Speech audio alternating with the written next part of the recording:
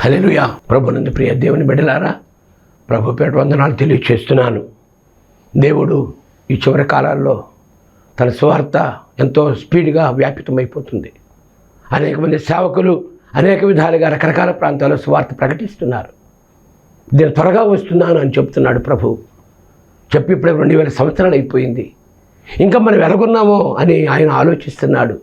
మాకు ఒక చిన్న చెల్లెలు కలదు, దానికి ఇంకా వయస్సు రాలేదు, వివాహకాలం వస్తుంది, మేము ఏం చేయాలని పరమగీత గ్రంథంలో జ్ఞాపకం చేస్తున్నాడు సొలొమోను. మాకు ఒక చిన్న చెల్లెలు కలదు, దానికి వయస్సు రాలేదు, వివాహకాలం వస్తుంది, యేసయ్య వచ్చేస్తున్నాడు, పెళ్లి కుమారుడు వస్తున్నాడు, మధ్యాకాశానికి వస్తున్నాడు, సంఘం ఇంకా సిద్ధంగా లేదు అని అక్కలేని వారు ఆరాటపడుతున్నారని గ్రంథంలో రాశాడు. భక్తులందరూ ప్రవక్తలు ప్రవచించారు, మీరు సిద్ధముగా ఉండండి. యోవేలు చెప్పాడు, జనులను సమకూర్చుడి, సమాజ కూటం ప్రతిష్ఠించుడి, పెద్దలను పిలువనంపించుడి, చిన్నవారిని స్తన్యపానం చేయబడినాడు తోడుకురండి. పెండు కుమారుడు అంతఃపురములో నుంచి, పెండు కుమార్తె గదిలో నుంచి రావాలి, వస్తున్నారు, వివాహకాలం వస్తుంది అని అనేక ప్రవక్తలు, ఋషులు, మహర్షులు ప్రకటించారు. కనుక నా ప్రియ సహోదరి సహోదరులారా, ఏ గ్రంథం నీకు ఇచ్చాడో దేవుడు, ఏ వాక్యం నీకు ఇచ్చాడో, ఏ సేవకుల్ని ఇచ్చాడో, ఏ సంఘంలో నువ్వు ఉన్నావో, నువ్వు అభివృద్ధి కావాలి. ఎక్కడేసో గొంగలంటే అక్కడే ఉండకూడదమ్మా. పౌలు గారు తన శిష్యుడు తిమోతికి జ్ఞాపకం చేస్తున్నాడు. ఏమని జ్ఞాపకం చేస్తున్నాడు? 1వ తిమోతి రాసిన పత్రిక 4వ అధ్యాయంలో పౌలు గారు తన శిష్యుడైన తిమోతికి జ్ఞాపకం చేస్తున్నాడు. 11 చదవండి. ఈ సంగతులను ఆజ్ఞాపించి బోధించుము, నీ యవనాన్ని బట్టి ఎవరిని తృణీకరింపనీయకము, కానీ మాటలోను, ప్రవర్తనలోను, ప్రేమలోను, విశ్వాసములోను, పవిత్రతలోను విశ్వాసులకు మాదిరిగా ఉండాలి. ఏ తిమోతి, మాటలో కానీ, ప్రవర్తనలో కానీ, ప్రేమలో కానీ, విశ్వాసములో కానీ, పవిత్రతలో కానీ విశ్వాసులకు ఎలా ఉండాలి? మాదిరి. పాదిరి అంటే మాదిరి అన్నాడు. పాదిరి అంటే మాదిరి. Role model. You are a role model. నేను యేసయ్యను చూసి నడుచుకున్నాను అంటాడు పౌలు. మీరు నన్ను పోరు నడుచుకోనండి. యేసయ్య నాకు రోల్ మోడల్. తిమోతి, నేను నీ సేవకుడిని, నీ గురువుని, నేను నీ రోల్ మోడల్గా పెట్టుకోరా. నువ్వు రోల్ మోడల్గా ఉండవయ్యా. తర్వాత నేను వచ్చే వరకు చదువుట ఎందును, హెచ్చరించుట ఎందును, బోధించుట ఎందును జాగ్రత్త. చదవాలి ముందు దేవుని 66 పుస్తకాలు ఎందుకు రావు సేవకులకి? విశ్వాసులు చెప్తున్నారు 66 పుస్తకాలు, సేవకులకి ఎందుకు రావు? ముందు పాఠం టీచర్కి రావాలా, స్టూడెంట్కి రావాలా?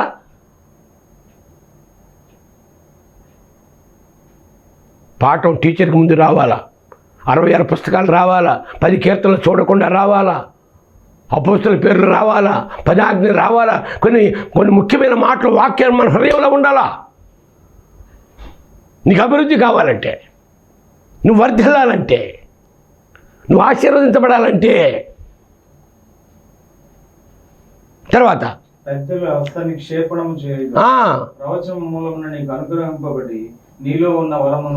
ఏ వరం నీకు ఇచ్చాడో? పెద్దలు నిన్ను దీవించారు, నీ తల మీద చెయ్యెట్టారు, నీకే వరం దేవుడు ఇచ్చాడో ఆ వరాన్ని అలక్ష్యం చేయకు. ప్రతివానికి దేవుడు వరం ఇస్తాడు. ఆ వరాన్ని ఉపయోగించుకో, ఆ తలాంతులు ఉపయోగించు. సువార్త పని చేయి, ఆత్మలను సంపాదించు, నీకు అతిశయ కిరీటం. ఆత్మీయ పందెంలో పోరాడు, నీకు అక్షయ కిరీటం. నీ విశ్వాసము కాపాడుకో, నీకు నీతి కిరీటము. నువ్వు శ్రమపడు, నీకు జీవ కిరీటము. నువ్వు కిరీటంతో ప్రభు దగ్గరికి వెళ్ళాలి. ఈ కిరీటాలతో ప్రభు దగ్గరికి వెళ్ళాలి, ప్రభుతో రాజ్యం చేయాలా, ఆయన సింహాసనం మీద కూర్చోవాలంటే నీ కిరీటం కావాలి. బోడోడుగా కూర్చోడానికి లేదు అక్కడ. తర్వాత నీ అభివృద్ధి, ఇది పాయింట్. నీ అభివృద్ధి అందరికీ తేటగా కనబడు నిమిత్తము. నేడు క్రైస్తవ సమాజాల్లో సేవకులు ఆర్థికంగా అభివృద్ధి పొందారు, కానీ ఆధ్యాత్మికంగా ఇంకా కింద స్థితిలో ఉన్నారని మరి ఒకసారి ప్రభువు పక్షంగా జ్ఞాపకం చేస్తూ హెచ్చరిస్తున్నాను. విశ్వాసులేమో పేదరికంలోనే ఉన్నాడు, సేవకుడు వాళ్ళ కళ్ళ ముందే ధనవంతుడు కోటీశ్వరుడు అయిపోతున్నాడు. ఏ విశ్వాసుల చేత పోషించబడ్డాడో ఆ కాపరి, ఆ సేవకుడు విశ్వాసును అధిగమించిపోతున్నాడు. ఎమ్మెల్యేకి పోటీ చేస్తారు. ఎమ్మెల్యే కాకముందు మనలాంటి వాడే. ఎమ్మెల్యే అయిపోయిన తర్వాత ఎమ్మెల్యే ఇంటికి వెళ్ళి అరెకరా పొలంలో ఇల్లు కట్టాడండి. 4-5 కార్లు ఇంటి ముందు. ఎక్కడి నుంచి వస్తున్నాయండి? మనలాంటి ఒక సామాన్యమైన వ్యక్తి ఎమ్మెల్యే అయిన తర్వాత అరెకరాలో పొలం, ఇల్లా, ఇంటి ముందు 3-4 కార్లా, ఎక్కడి నుంచి వస్తున్నాయి ఇవి? ఇవి కష్టపడినవేనా? ఇవి దోచుకున్నవా?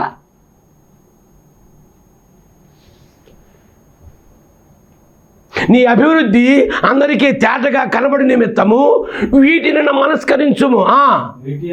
వేటి యందు మాటలోను, ప్రవర్తనలోను, ప్రేమలోను, విశ్వాసములోను, పవిత్రతలోను విశ్వాసులకు మాదిరిగా ఉండుము. నేను వచ్చే వరకు చదువుట యందు, హెచ్చరించట యందు, బోధించట యందు జాగ్రత్తగా ఉండు. నీ పరిధిదే. ఇందులోనే నువ్వు ఉండాలా. పూజారి మందిరంలో ఉండాలా, సేవకుడు చర్చిలో ఉండాలా. నీ పరిధి అదే. నువ్వు దీవిస్తే దీవించబడాలా, నువ్వు ఆశీర్వదించబడాలా. మా సేవకుడు మాకున్నాడు చాలయ్య గారు, ఎవరో సేవకుడు మాకు అక్కర్లేదు అంటారు కొన్ని సంఘాలు. మాకు వేరే సేవకుడు మాకెందుకు, మా అయ్యగారు మాకు చాలయ్య గారు. అబ్బా, వాట్ ఏ పొజిషన్. తర్వాత నిన్ను గూర్చియు నీ బోధన గూర్చియు జాగ్రత్త కలిగి ఉండము, వీటిలో నిలకడగా ఉండము. నీవు ఇలాగు చేసి నిన్నును నీ బోధ విను వారిని రేపు మహిమలో, అయ్యా ఇదిగో ప్రభువా, వీళ్ళు రక్షించబడ్డారు నాయన, వీళ్ళ కోసం కృషి చేశాను నాయన, వీళ్ళ కోసం నా జీవితం ధారపోసాను ప్రభువా, ఇదిగో నాయన మీరే. పౌలు అంటాడు, మీరే కదా నాకు ఆ ధైర్యం ముందు అక్షర కిరీటము, నా కిరీటం మీరే. నీ అభివృద్ధి అందరికీ తేటగా కనిపించాలి. అది ఆర్థిక అభివృద్ధి, ఆధ్యాత్మిక అభివృద్ధి. ఏ వృద్ధిలో ఉన్నావు, ఏ బుద్ధిలో ఉన్నావు, ఏ సిద్ధిలో ఉన్నావు. ఇక్కడ చూస్తే యోబు రాసిన గ్రంథంలో ఒక చక్కని మాట జ్ఞాపకం చేస్తాను. యోబు రాసిన గ్రంథంలో 22వ అధ్యాయంలో కొన్ని మాటలు జ్ఞాపకం చేస్తాను. యోబు రాసిన గ్రంథము 22వ అధ్యాయంలో 20 చదవండి, 21 నుంచి. ఆయనతో ఇక్కడ యోబు చెబుతున్నాడు. ఇక్కడ యోబు స్నేహితుడు చెబుతున్నాడు, ఆయనతో సహవాసము చేసిన ఎడల నీకు సమాధానము కలుగును. నువ్వు ఎవరితో సహవాసం చేస్తున్నావు? దేవుని సన్నిధిలో 1 గంట సేపు కూర్చోగలుగుతున్నావా? దేవుని సన్నిధిలో 1 గంట ప్రార్థన చేయగలుగుతున్నావా? అసలు ఆయన సన్నిధి అంటే నీకు తెలుసా? ఆ రుచి నువ్వు ఎరిగావా? ఆయనతో సహవాసము చేసిన ఎడలా నీకు సమాధానము కలుగును, అలాగు నీకు మేలు కలుగును. ఆయన నోటి ఉపదేశం అవలంబించుము, ఆయన మాటలు నీ హృదయంలో ఉంచుకో. నీవు సర్వశక్తిని వైపు తిరిగిన ఎడలా నీ గుడారములో నుంచి దుర్మార్గమును దూరముగా తొలగించిన ఎడలా నీవు అభివృద్ధి పొందేదవు. ఈరోజు నీకు అభివృద్ధి కావాలి. ఆధ్యాత్మికంగా నువ్వు ప్రార్థనాపరుడు కావాలి, ఒక చక్కని ప్రసంగికుడు కావాలి, ఒక చక్కని వరము కలిగిన వాడై ఉండాలి. నువ్వు ప్రార్థిస్తే ఆశీర్వాదం రావాలి, నువ్వు ప్రార్థిస్తే దీవెన రావాలి. నువ్వు అడుగుపెడితే కుటుంబాలు బాగుపడాలి, వారి వ్యవసాయాలు బాగుండాలి, వారి ఉద్యోగాలు బాగుండాలి, వారి వ్యాపారాలు బాగుండాలి.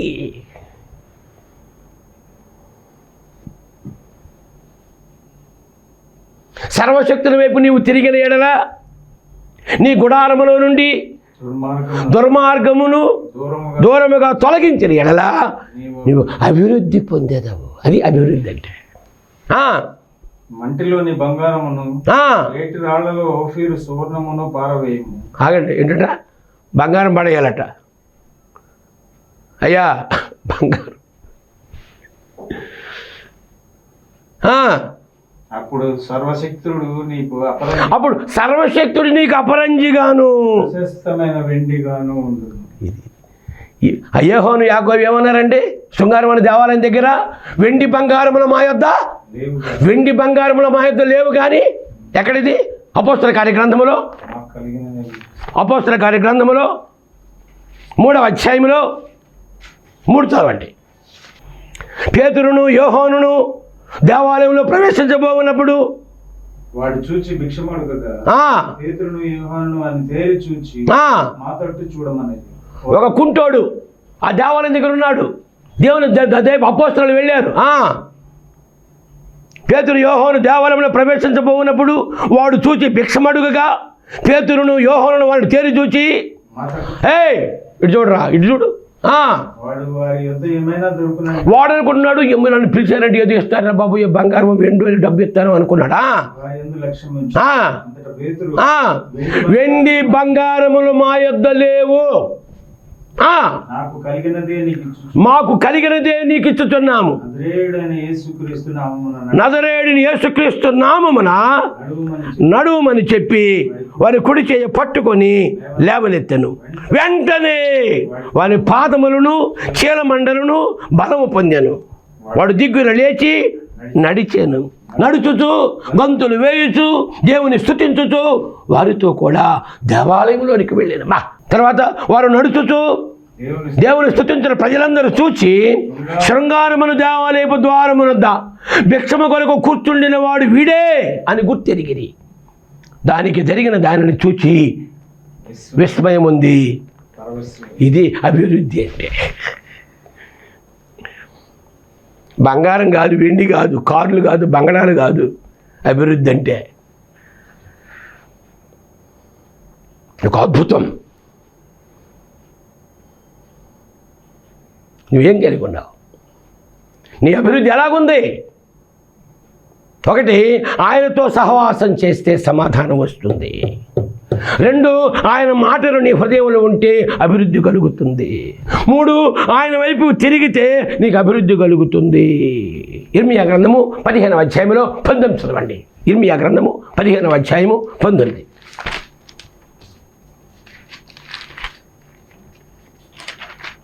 కాబట్టి యెహోవా ఇలాగ సెలవిచ్చును, నీవు నా తట్టు తిరిగిన ఎడల నా సన్నిధిని నిలిచినట్లు నా సన్నిధిని నిలుచున్నట్లు నిన్ను తిరిగి రప్పించు. నిన్ను నా వైపు తిరిగితే నా సన్నిధిలో నేను నిలబెడతా. ఏవి నీచములో ఏ ఘనములో నీవు గుర్తుపట్టినట్టు నీవు నా నోటిగా ఉంటావు. వారు నీ తట్టుకు తిరగవలని కానీ నీవు వారి తట్టునకు తిరగకూడదు. ఎవరి తట్టు తిరుగుతున్నావు? కొండల తట్టు నా కన్నుడు ఎత్తుతున్నాను, నాకు సహాయం ఎక్కడి నుండి వచ్చును?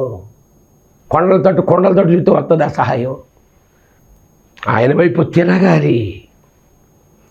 తర్వాత నీ గుడారములో నుండి దుర్మార్గమును దూరముగా తొలగించాలి. మార్కు సువార్త 7వ అధ్యాయంలో 20 చదవండి. నీ గుడారంలో ఏముందో? మార్కు 7:20లో నీ గుడారం అని శరీరంలో ఈ హృదయంలో ఏముంది? ఈ గుడారం అంటే శరీరం. మనిషి లోపల నుండి బయలువెళ్ళిన మనిషిని అపవిత్రపరచు. లోపల నుండి అనగా మనుషుల హృదయములు గుడారములో నుండి దురాలోచనలు, జారత్వములు, దొంగతనములు, నరహత్యలు, వ్యభిచారములు, లోభములు, చెడుతనము, కృత్రిమము, కామ వికారము, మత్సరము, దేవదూషణ, అహంభావము, అవివేకము వచ్చును. ఈ చెడ్డవన్నీ నీ గుడారములో నుండి బయలు వెళ్ళి. ఈరోజు సంఘాల్లో బ్లెస్సింగ్స్ కావాలా, బెనిఫిట్స్ కావాలంటున్నారు. బ్లెస్సింగ్స్ కావాలా, బెనిఫిట్స్ కావాలా? బ్లెస్సింగ్స్ అంటే యాకోబు, అబ్రహాము, యేసేబు, దావీదు, రూతు, ఎస్తేరు, దాని వీళ్ళందరూ బ్లెస్సింగ్స్ కోరుకున్నారట. ఇక బెనిఫిట్ అంటావా? మాకేంటి, వస్తే ఏంటి, వెళ్తే ఏంటి? కయ్యూను బెనిఫిట్ కోసం చేశాడట. యేసేపు అన్నలు యేసేపుని అమ్మేశారండి. 20 తులాలు వెండికి అమ్మేశారు యేసేపునే. వాళ్ళకి బెనిఫిట్ కావాలా? యేసయ్యని యోధ ఇస్కరియోతు 30 వెండి రూపాయలకి అమ్మేశాడండి. వాడికి బెనిఫిట్ కావాలా? గెహాజీ పరిగెడుతున్నాడు. ఆకాను బెనిఫిట్ కోసం పరిగెడుతున్నాడు. అననీయ సప్పారా కొంచెం ఉచ్చుకుందామంటే కొంచెం. నీ అభివృద్ధి, నీ సమృద్ధి ఎలాగుందో, నువ్వు ఎలాగున్నావో, ఏ రాజ్యం గురించి నేను ఏర్పాటు చేసుకున్నాడో, యేసయ్య నీ కోసం ఎన్ని దెబ్బలు తిన్నాడో, ఎన్ని అవమానాలు పొందాడో, చేతుల్లో మేకులు, కాళ్ళల్లో మేకులు, శిరస్సంత ముళ్ళ కిరీటం, దేహం అంతా కొరడా దెబ్బలు, అవి నీ జ్ఞాపకం రావా?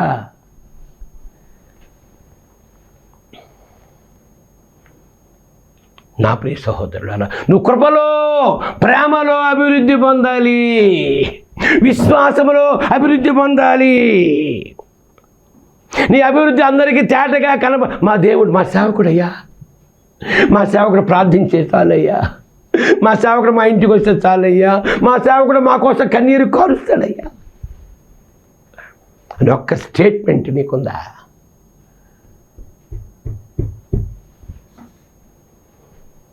నీ సంఘంలో ఉన్నవాళ్ళు నీ పేర్లు నీకు తెలుసా? అసలుకే వాళ్ళ భార్య పేరు తెలుసా? కొడుకుల పేరు తెలుసా? మనవాళ్ళ పేరు తెలుసా నీకు?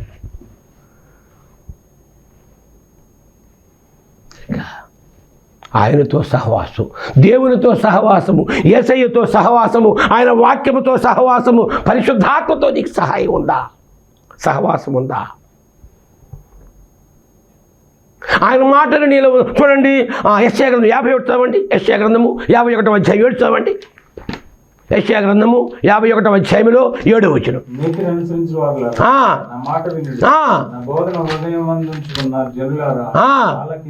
ఆలకించుడి, మనుషులు పెట్టి నిందకు భయపడకుడి, వారి దూషణ మాటలకు దిగులు పడకుడి, వస్త్రమును కొరికివేయనట్లు చిమ్మట వారిని కొరికివేయ. చాలు. నీతిని అనుసరించు వారలారా, నా మాట వినండి, నా బోధను హృదయం ముందు ఉంచుకున్న జనులారా ఆలకించుడి. 51 చదవండి. నీతిని అనుసరించి యెహోవాను వెదుకుచూ ఉండు వారలారా, నా మాట వినుడి. ఏ బండ నుంచి చెక్కబడితేరో ఆలోచించుకోండి. ఏ గుంట నుండి తవ్వబడతారో దాన్ని ఆలోచించు. నీ అభివృద్ధి నీకు కావాలంటే, నీ ఆశీర్వాదం కావాలంటే, నీకు దీవెన కావాలంటే, నీ సంఘము, నీ బిడ్డలు, నీ సంఘ అభివృద్ధి చెందాలంటే యోబు రాసిన గ్రంథములో 24 చదవండి. యోబు రాసిన గ్రంథములో ఇది నెగిటివ్. 20వ అధ్యాయంలో 4 చదవండి.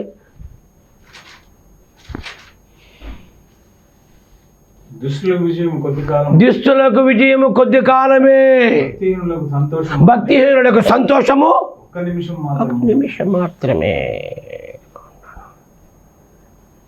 అందులో 18 చదవండి. దేని కొరకు వారు ప్రయాసపడి సంపాదించునో దాన్ని వారు అనుభవింపక మరలా జాగ్రత్త. ఎవరిని దోచుకొని సంపాదిస్తున్నావు, మళ్ళీ అప్పగించేయాలా? వారు సంపాదించిన ఆస్తి కొలది వారికి సంతోషం ఉండదు. వారు బేదలను ముంచి విడిచిపెట్టిన వారు, వారు బలాత్కారము చేత ఒక ఇంటిని ఆక్రమించుకొనను దాన్ని కట్టి పూర్తి చేయరు.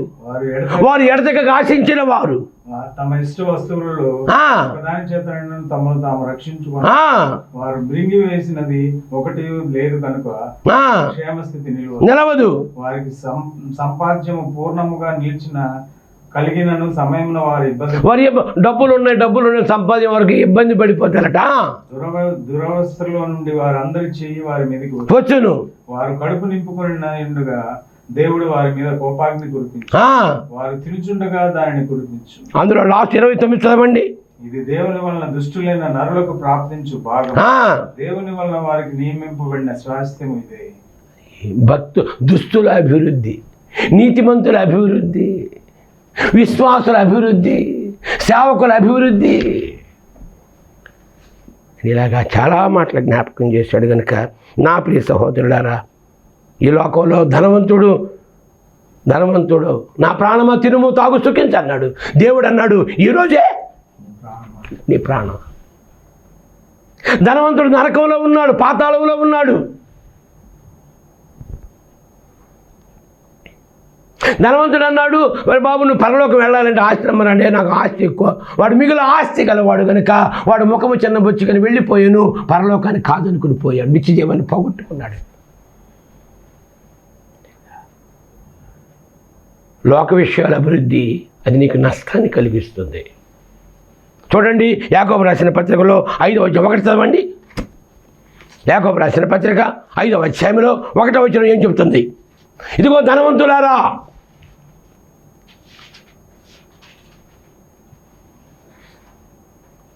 మీ మీదకి వచ్చాడు ఉపద్రవమును గురించి ప్రలాపించి ఏడువుడి, మీ ధనము చెడిపోయెను. 5:1 యాకోబు.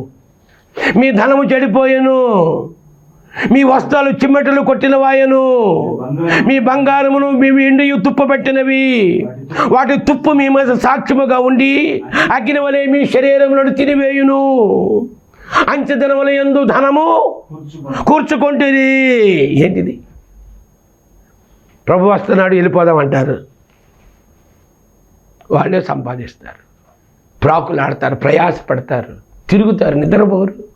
మా నాన్నగారు 70 సంవత్సరాలు అప్పుడు పాలకొండ ఎలాగొడుగు పెట్టాడో చచ్చిపోయేంతవరకు అలాగే ఉన్నాడు. నువ్వు స్థిరముగా ఉండాలి, నిలకడగా ఉండాలి, మీరు కదలని వరుసలో ఉండాలి, మీ పలు వరుస చక్కగా ఉండాలి. కదిలే వరుస, కదలని వరుస. ఏ వరుసలో ఉన్నావు? నా ప్రియ సహోదరి సహోదరులారా, నీకు అభివృద్ధి కావాలంటే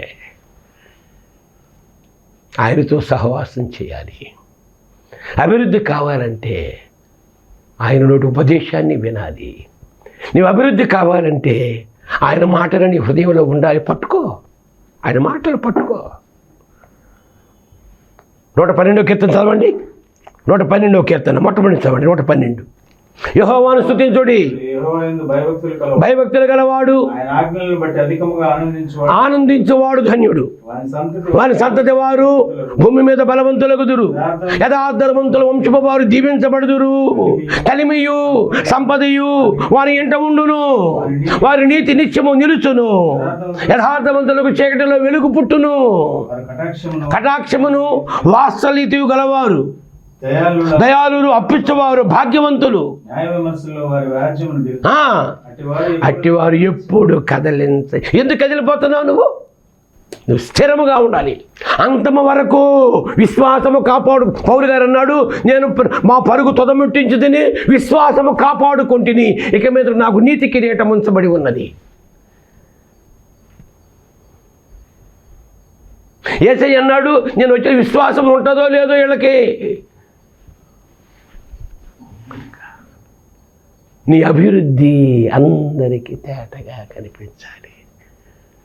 నువ్వు ప్రార్థనాపరుడిగా ఉండాలి, నువ్వు ఆశీర్వాదకరముగా ఉండాలి, నువ్వు దీవెనకరముగా ఉండాలి అని సంఘం కోరుకుంటుంది. నువ్వింట్లో అడుగు పెడితే కుటుంబంలో దీవెన రావాలి, కుటుంబంలో కలతలు పోవాలి, కుటుంబము దీవించబడాలి.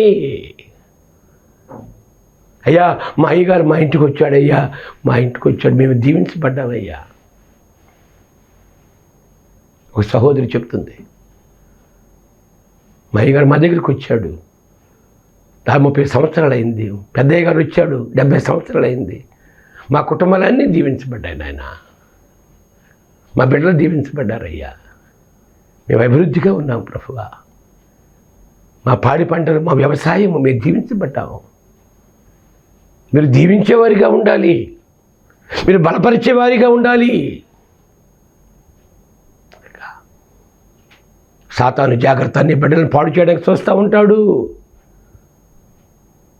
వాడి యొక్క విషపు వలయాలలో చిక్కుకుండా నీ బిడ్డలను కాపాడుకోవాలి. యోబు గ్రంథం 1వ అధ్యాయం చూడండి. యోబులు ఎలాగ అభివృద్ధి చెందాడో. అభివృద్ధి అంటే యోబు జీవితం అండి. అభివృద్ధి అంటే యోబు జీవితము. చూడండి 42వ అధ్యాయంలో 12 చదవండి. 42:12. యెహోవా యోబును మొదట ఆశీర్వదించినంతకంటే మరలా అధికముగా ఆశీర్వదించారు. అతనికి 14,000 గొర్రెలు, 6,000 ఒంటెలు, 1,000 జతల ఎడ్లు, 1,000 ఆడగాడిదలు కలిగెను. మొట్టమొదటి 1వ అధ్యాయంలో ఊజు దేశం యోబును మనుష్యుడుండెను. అతను యథార్థవంతుడు, న్యాయవంతుడు, యెహోవాయందు భయభక్తులు కలిగిన వాడు, చెడుతనాన్ని విసర్జించిన వాడు. అక్కడ యోబు అన్నాడు, నీ గుడారములో నుంచి దుర్గమార్గము దూరంగా చేయి, నీకు అభివృద్ధి వస్తుంది. అదే విషయాన్ని ఇక్కడ యోబు యథార్థవంతుడు, న్యాయవంతుడు, యెహోవా భయము భక్తి కలిగి చెడుతనాన్ని విసర్జించిన వాడు.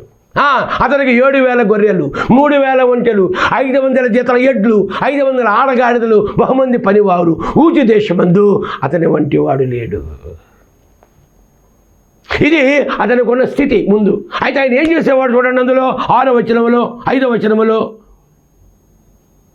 వారి విందు దినములు పూర్తి కాగా యోబు తన కుమారులు పాపము చేసి తమ హృదయంలో దేవుని దూషించరేమో అని వారి పిలువనంపించి వారిని పవిత్రపరిచి అరుణోదయమును లేచి వారిలో ఒక్కొక్కరి నిమిత్తము దహన బలి అర్పించా. సేవకుడు అరుణోదయమును లెగవాలి. అరుణోదయం అంటే 5 గంటలు. మనం 6 గంటలు 7 గంటలు అయితే ఏమవుతుంది, తెల్లారిపోతుంది. నిత్యము నీ కుటుంబం కొరకు, నీ సంఘం కొరకు, నీ ప్రజల కొరకు, నీ బిడ్డల కొరకు, ఆపదలో ఉన్నవారి కొరకు, మనుషులందరి కొరకు నువ్వు దహన బలి ప్రార్థన చేయాలి. అప్పుడు నీ సంఘము, నీ కుటుంబము అభివృద్ధిలోకి వస్తుంది. నీ అభివృద్ధి అందరికీ తేటగా కనిపిస్తుంది. నువ్వు వారిని రక్షించుకుంటావు అని ఇక్కడ జ్ఞాపకం చేస్తున్నాడు. యోబు అంటున్నాడు, నువ్వు ఆయనతో సహవాసం చేసినట్లయితే, ఆయనతో తిరిగినట్లయితే, ఆయన మాటలు నీ హృదయంలో ఉన్నట్లయితే, నీ గుడారంలో దుర్మార్గం దూరంగా చేస్తే నువ్వు అభివృద్ధి నీకు వస్తుందని జ్ఞాపకం చేస్తున్నాడు. కనుక నా ప్రియ సహోదరి సహోదరులారా, ఈ మాటలు హృదయంలో భద్రపరచుకోనండి. దేవుడు మిమ్మల్ని అభివృద్ధి పరచునుగాక. ఆధ్యాత్మికంగా మమ్మల్ని మిక్కిలిగా ప్రేమించిన మా పరలోకపు తండ్రి యేసయ్యానికి స్తోత్రాలు. ఈ విత్తిన మాట హృదయంలో ఫలింపు చేయండి, నీరు కట్టండి, నాటండి, దీవించండి, ఆశీర్వదించండి, అభివృద్ధి పరచండి. యేసయ్య శక్తి కలిగిన నామమును వేడుకొనుచున్నాను తండ్రి, ఆమేన్. మన ప్రభువును రక్షకుడు యేసుక్రీస్తు కృపయు తండ్రి అయిన దేవుని ప్రేమ పరిశుద్ధాత్మ సహవాసం నిరంతరం మీకు తోడుగా ఉండి మీ అభివృద్ధిని తేటగా బయలుపరచునుగాక. ఆమేన్.